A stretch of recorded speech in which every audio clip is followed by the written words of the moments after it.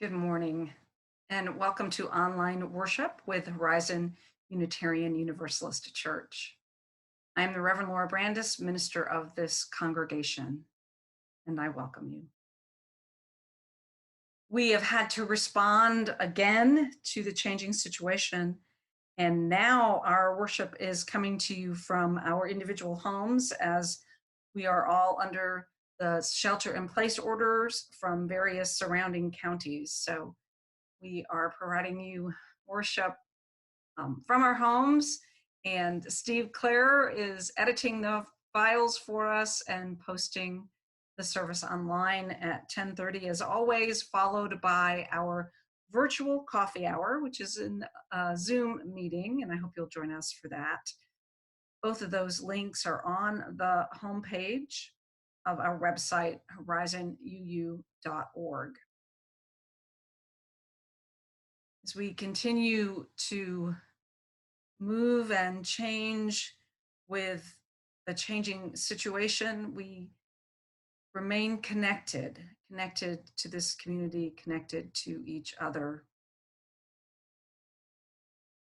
And if you are visiting maybe this online worship service for the first time, or if you have visited our church in the past, we invite you to stay connected with us. Now, more than ever, we need each other. So visit our website, read our newsletter, see what programs we have to offer, join in our virtual coffee hour, connect with us, send an email, comment on a Facebook post. We want to hear from you. This morning's worship is being provided by our ministerial intern. She's providing the message, the Reverend Dr. Aya Dulm, and our Director of Lifespan Religious Education, Lauren Daniel, is reading a poem that Aya has included for reflection this morning. The music is being provided by Francis Vu and Carmen Dubrava. With gratitude for the Horizon staff, for the leaders, for all of you, for this community, we enter into sacred time and worship together. We begin with these words from Patricia Sheldon. Here we are so gathered. Here is where we gather in the presence of the sacred. Here is where we gather to experience the holy. Here is where, together, we face the unanswerable questions and acknowledge that not knowing is as sublime as it is frustrating. Here is where we unite in the midst of life and all the glories and suffering it can hold, knowing both are ever present. Here is where we ask, think, risk, discuss, ponder, and offer what might not be welcomed or even acceptable somewhere else. Here is where, if we allow it, we are deeply moved. Here is where we encounter each other in deep and powerful ways, ways that surprise us, yet without which we would not survive. Here we gather to worship, to experience something happen, perhaps something different for each of us according to our beliefs, something unnamed, uncategorized, and unusual, yet absolutely necessary. Here, we are so gathered, our minds, our hearts, and our souls.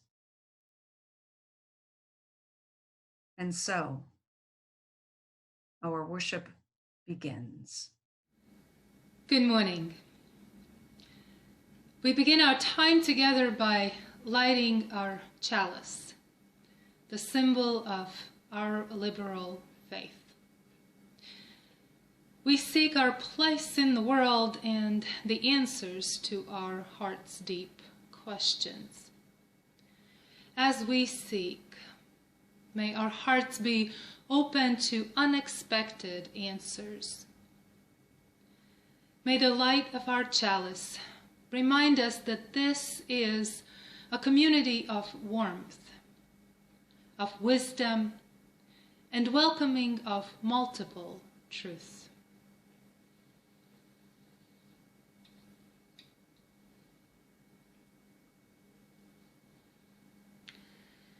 Please join me in the affirmation of our church. Love is the doctrine of our church. The quest of truth is its sacrament, and service is its prayer. To dwell together in peace, to seek knowledge in freedom, to serve humanity in harmony with the earth. Thus do we covenant together.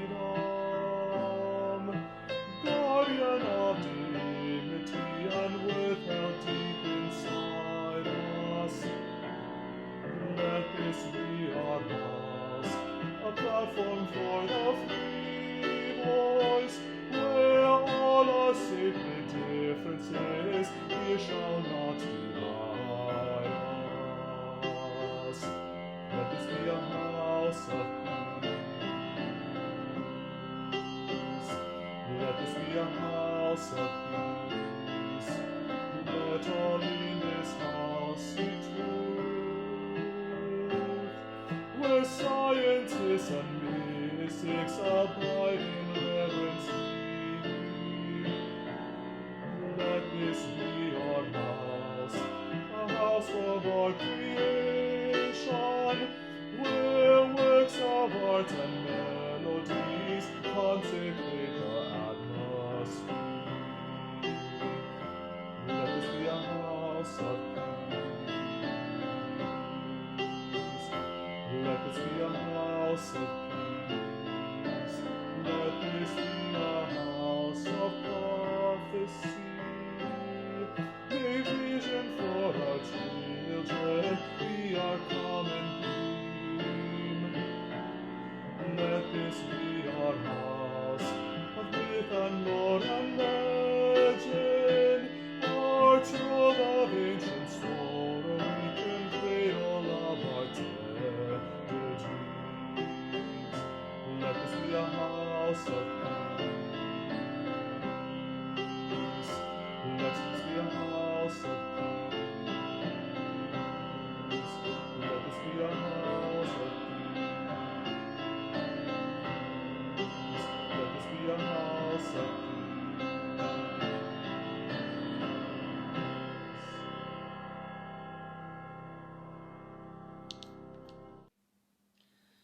Horizon continues to partner with MetroCrest services during this time to provide help to those who are most in need. And the number of people who are in need of assistance and help is increasing daily. We encourage you to continue to support this organization via online monetary donations, which is the safest way to support them at this time.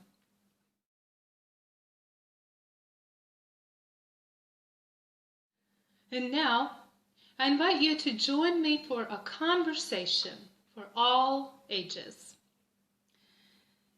I invite us to think about questions and how we answer them. I give credit to Unitarian Universalist Stan Yoder for this conversation. So when you go to a class and you are asked a question, if you know the answer, most likely you will raise your hand and share your answer. But some questions have more than one answer. And some questions are such that they require us to think deeper before we are able to give an answer. So I would like us to consider a way of engaging questions that may take us on a path of deeper exploration. I have a penny with me. Here it is. And here's a question. How big is a penny? We might answer by comparing a penny to something else. It is slightly bigger than a dime and definitely smaller than a quarter. Or we may use a measuring system, centimeters or inches or something else, to describe the size of the penny. So it really depends on what we use, what we engage to answer the question. So I have another question. What color is an apple? You may wonder whether it could be red, yellow, or green. It will depend on the kind of an apple that is in front of you. But there's more. It will also depend on where is the apple. Is it on the table in the grocery store? Or is it up on a tree and not yet ripe and ready to be eaten? So it will depend on what is happening. And when I asked the question about what color's an apple, did you think about the outside of an apple, the skin of an apple, or the inside of it? That tells us what is important to us when we answer the question. So I have one last question. What color is the sky?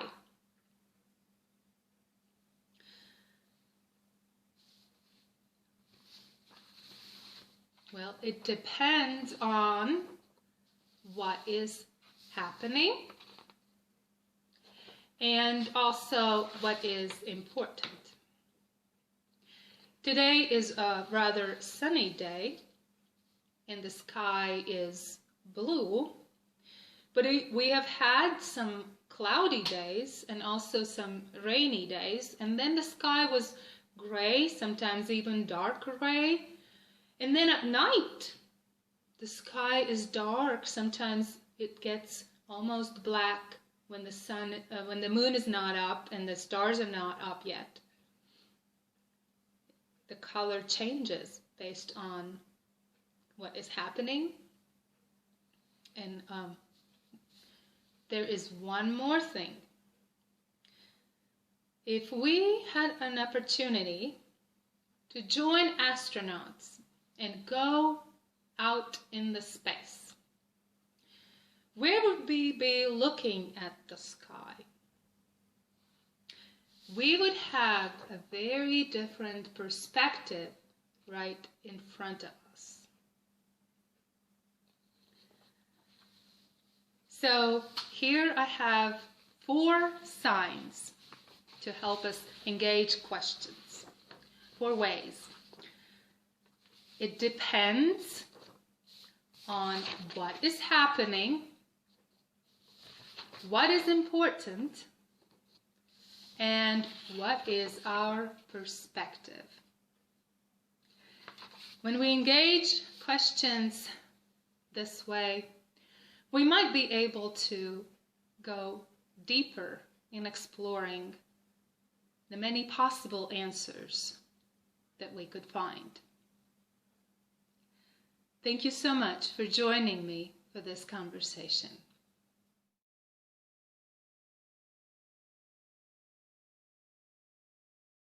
The offering is always an opportunity to give thanks for the work of this church, the work we do with each other to remain connected and deepen our spiritual journeys, the work we do in the community and continue to do when it's needed now more than ever. We are grateful for the pledges of members that sustain the work of this church. We are grateful for those of you who continue to contribute online. Many Unitarian Universalists practice what's called the modern tithe, which means we contribute 5% of our income to the church and 5% to a cause that tugs at our heart, a cause from the community that is an organization that has the same values that we have as Unitarian Universalists. And I know that many of you are looking at that right now because the need is even greater. So as you explore what it means to be a grateful, generous person, we appreciate all that you do for us, all that you do for this community, all that you do for this hurting world. We have music this morning from Carmen Dubrava, who will play Adagio by Eugenie Rochereau.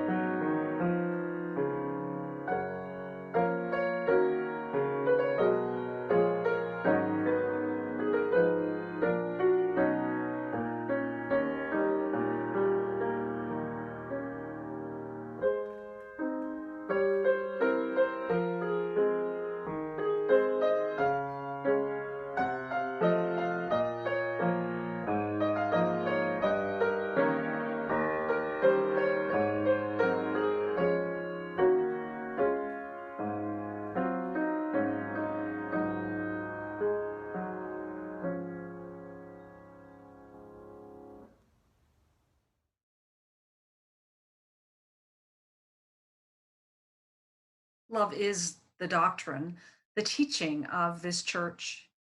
And it is with this principle that we are present with each other as we experience our joys and our sorrows and how they tend to arrive all at once in one tangled blessing we call life. This morning, we hold in our hearts those who are currently in the hospital, including those in our community, those on the front lines of the pandemic, including those in our community, doctors and nurses, the chaplains, and other healthcare workers. We hold them in our hearts.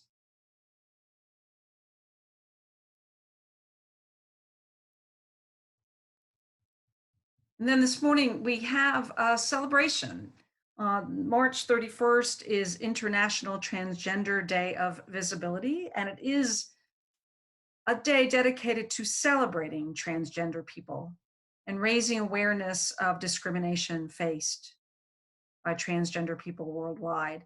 It is different than Transgender Day of Remembrance that happens in November when we mourn the murders of transgender people. On March 31st, it is a time to lift up the accomplishments of transgender community, to raise awareness, to lift up their visibility, and celebrate them.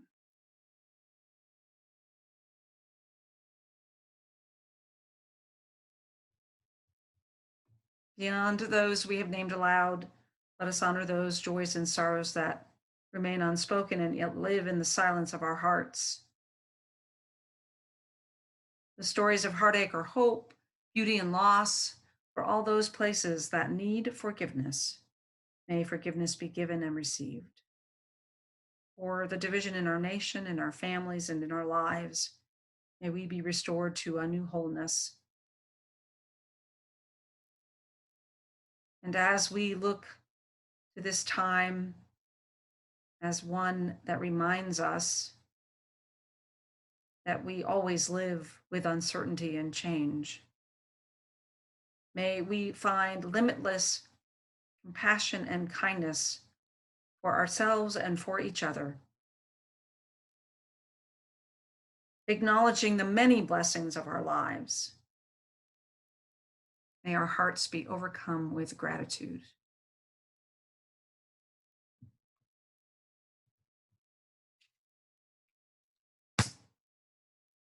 As I light this candle, may we feel all the ways that we are connected to each other and to all of creation, knowing that what affects one affects us all.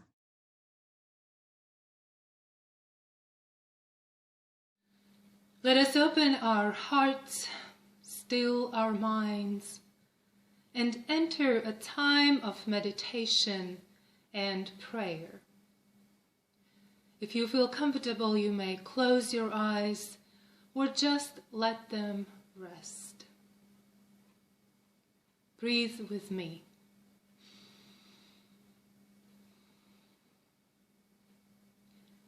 Our world is so filled with sorrow, worries, and questions.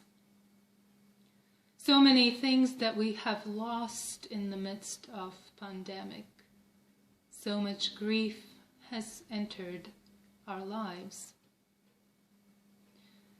This morning, let us breathe together as we hold our hearts open. Breathing in compassion and breathing out prayers for healing for our world, our lives. Breathing in hope in our hearts. Opening ourselves to the transforming power of love and care. Breathing out courage and letting love flow from us into this world. Breathing in questions that make our lives meaningful, even if sometimes restless. Breathing out gratefulness for the restless voices among us. As we breathe now together, let us take a few moments of silence to listen for the restless voices within ourselves.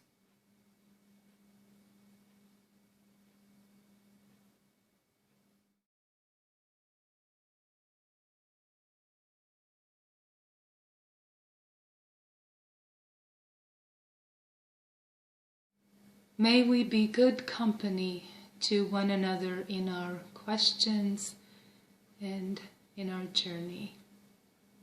May it be so. Blessed be. Amen.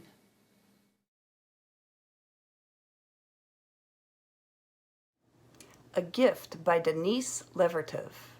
Just when you seem to yourself nothing but a flimsy web of questions, you are given the questions of others to hold in the emptiness of your hands. Songbird eggs that still can hatch if you keep them warm. Butterflies opening and closing themselves in your cupped palms, trusting you not to injure their scintillant fur, their dust. You are given the questions of others as if they were answers to all you ask. Yes, perhaps this gift is your answer.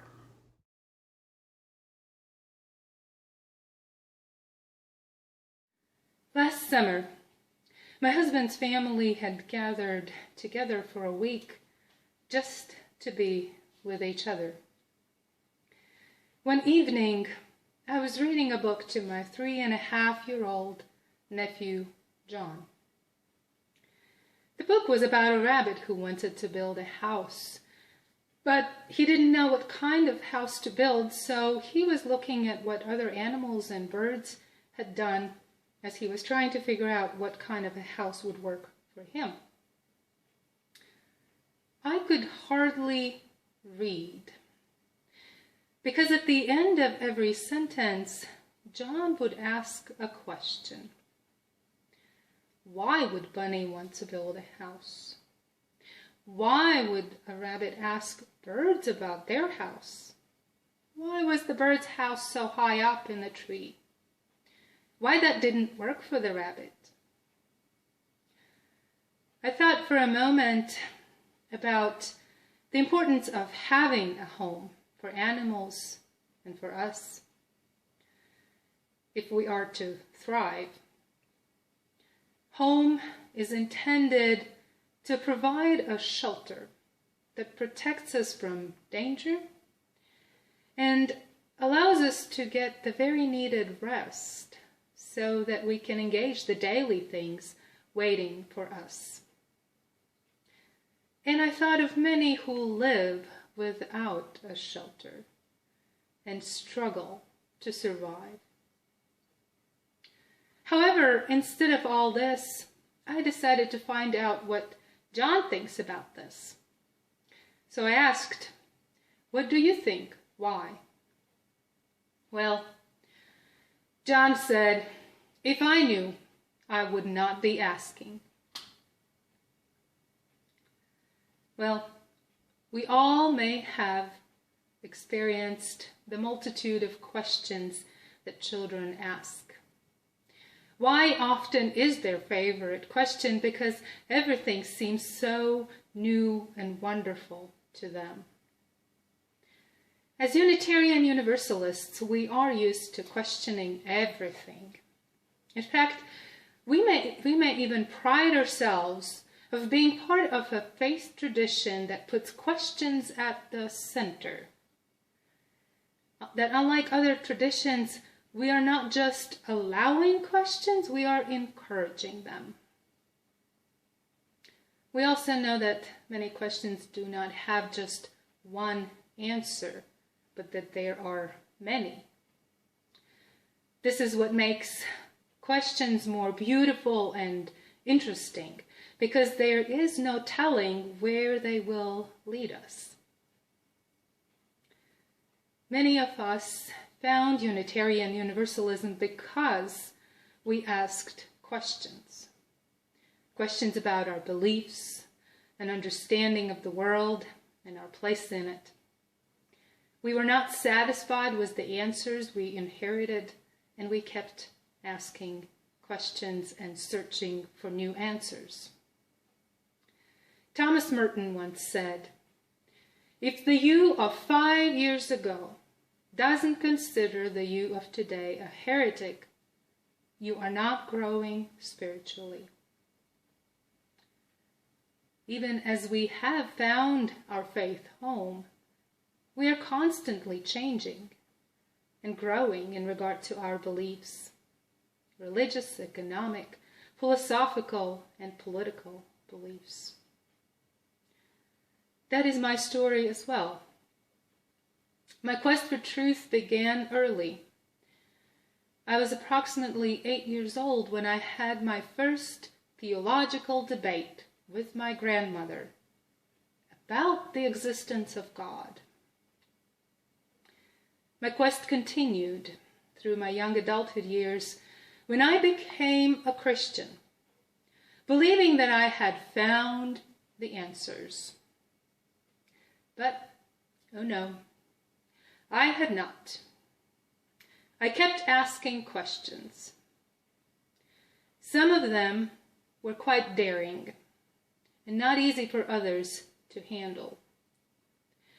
Some people got silent, others waved the verses from the Bible in my face, and then there were some who sat with me, listened as I talked through my changing theology, and held my questions with care, as if they were butterflies, fragile and beautiful. When I picked the topic for today's sermon, I did not know that we will find ourselves at a time when we all will be surrounded by questions, especially the ones without clear answers. When will the coronavirus subside? How soon will we have treatment for it? How long we will need to stay within our shelter? And what to do with our time while we are socially distancing from others? And in the midst of all this, how not to lose our connections with one another and not be overwhelmed by a sense of loneliness and helplessness. These are among the many other questions that we may have asked or heard others ask.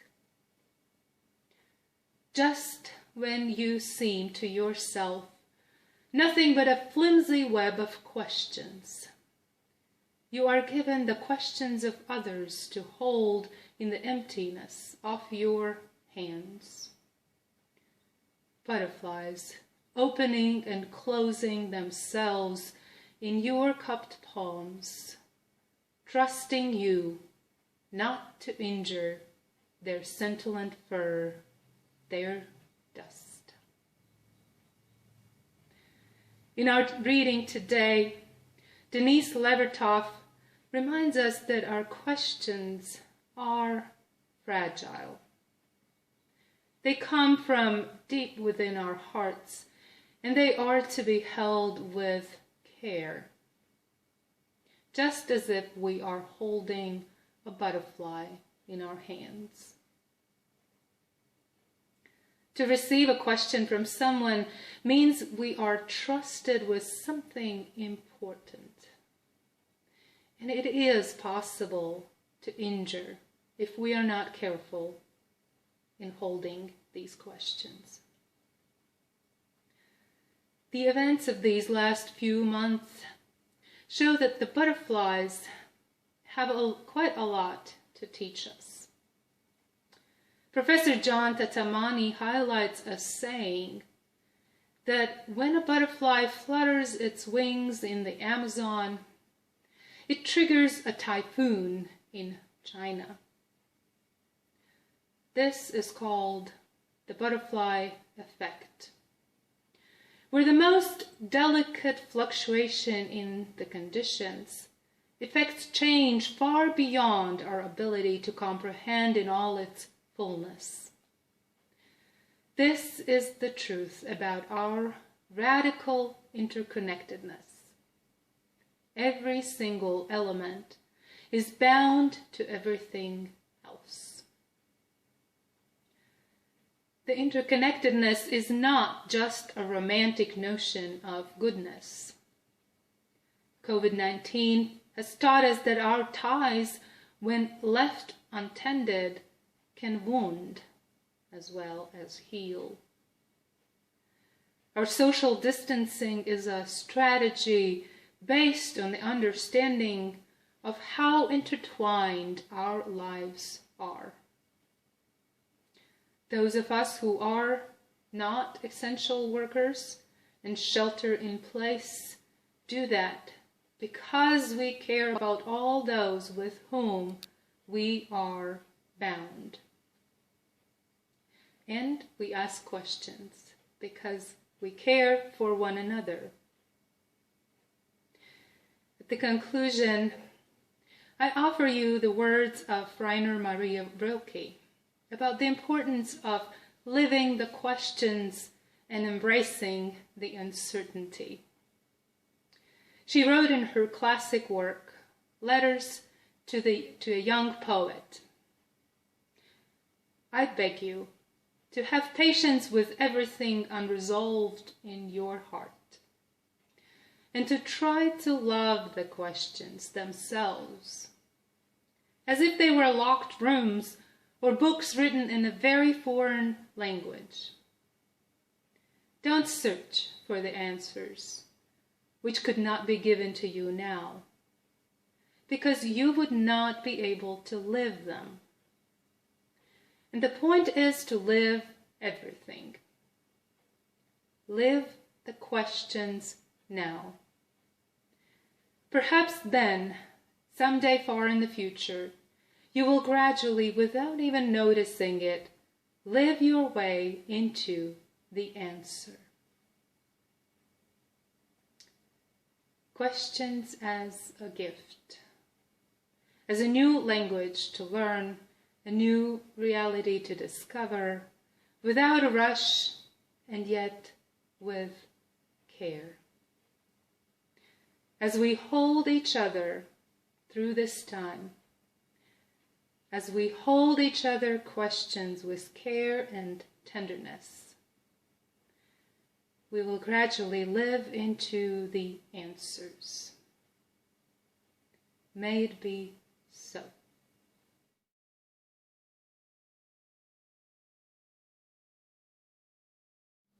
As we extinguish the chalice, I invite you to join me in saying our mission words. We extinguish this flame, but not our commitment to welcome radically, love boldly, grow spiritually, and serve courageously. This commitment we carry in our hearts until we are together again.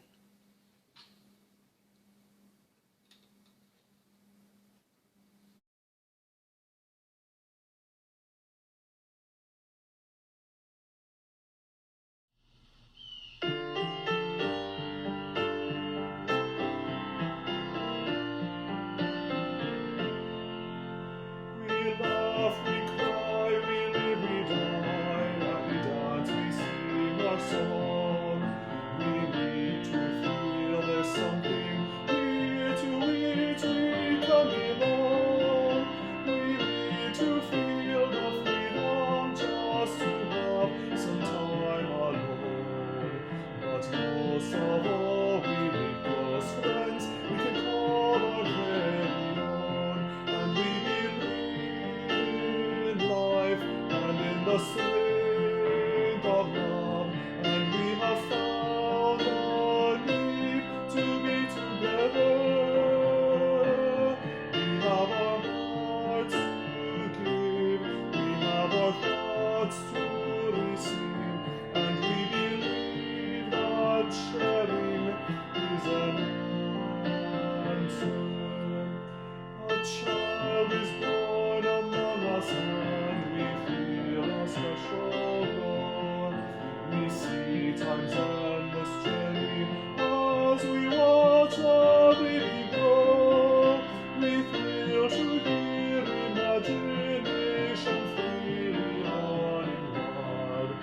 We dedicate our mind and hearts to the spirit of this child, and we believe in love.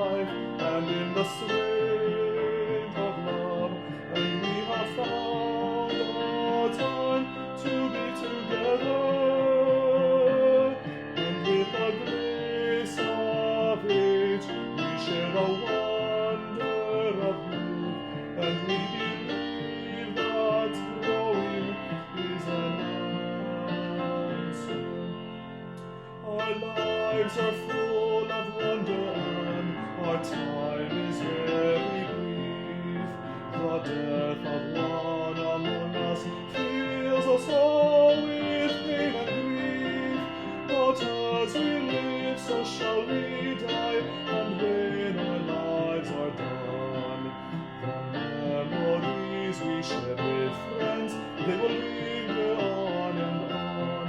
And we believe in life and in the strength of love, and we have found a place to be together. We have the right to grow, we have the gift to believe that peace within our living is an answer. We seek elusive answers to the questions of this life. We seek to put an end to all the ways of human strife. We search for truth, equality, and blessed peace of mind. And then we come together here to make sense of what we find. And we believe in life and in the strength of love.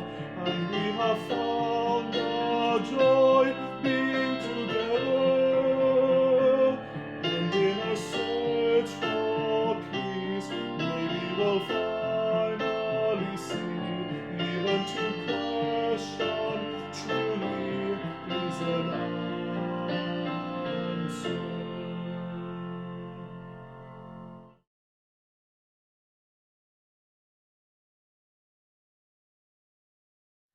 As we go forth, may we find ways to continue to connect with one another. May we be reminded that we are still a community where we can share our experiences and bring our questions.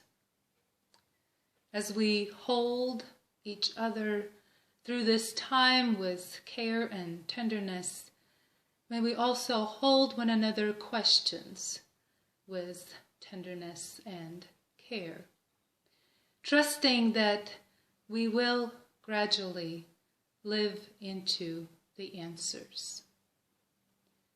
Go in peace. Blessed be, and Amen.